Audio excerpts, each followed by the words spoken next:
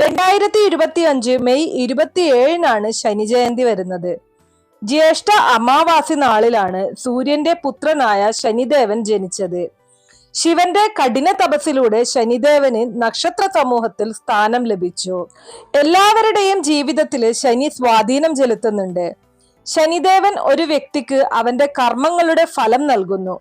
ശനിദേവന്റെ ദൃഷ്ടിദോഷം ഒഴിവാക്കാൻ എന്തൊക്കെ കാര്യങ്ങളാണ് ചെയ്യേണ്ടത് എന്ന് നോക്കാം. അമ്മയെയോ ഭാര്യയെയോ സഹോദരിയെയോ മറ്റേതെങ്കിലും സ്ത്രീയെയോ അപമാനിക്കുന്നവരെ ശനിദേവൻ തീർച്ചയായും ശിക്ഷിക്കും. ദരിദ്രരെയും നിസ്സഹായരെയും പീഡിപ്പിക്കുന്നവരോട് ശനിദേവൻ എപ്പോഴും അസ്വസ്ഥനാണ്. അത്തരക്കാർക്ക് ശാരീരികവും മാനസികവും സാമ്പത്തികവുമായ ബുദ്ധിമുട്ടുകൾ നേരിടേണ്ടി വരും. വീട്ടിലെ മുതിർന്നവരോട് മോശമായി പെരുമാറുന്ന ആളുകളെയും ശനിദേവൻ ശിക്ഷിക്കുന്നു. അതുപോലെ തന്നെ മദ്യം, ചൂതാട്ടം, മോഷണം, കൊലപാതകം അല്ലെങ്കിൽ മറ്റ് ദുഷ്പ്രവൃത്തികളിൽ ഏർപ്പെടുന്ന ആളുകൾക്കും ശനിദേവന്റെ കോപം സഹിക്കേണ്ടി വരും.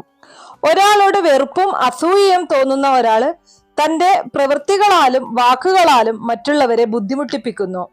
മറ്റുള്ളവരോട് അനീതി കാണിക്കുകയും അവരുടെ അവകാശങ്ങൾ കവർന്നെടുക്കുകയും ചെയ്യുന്നവരോട് ശനിദേവന് കോപമുണ്ട്.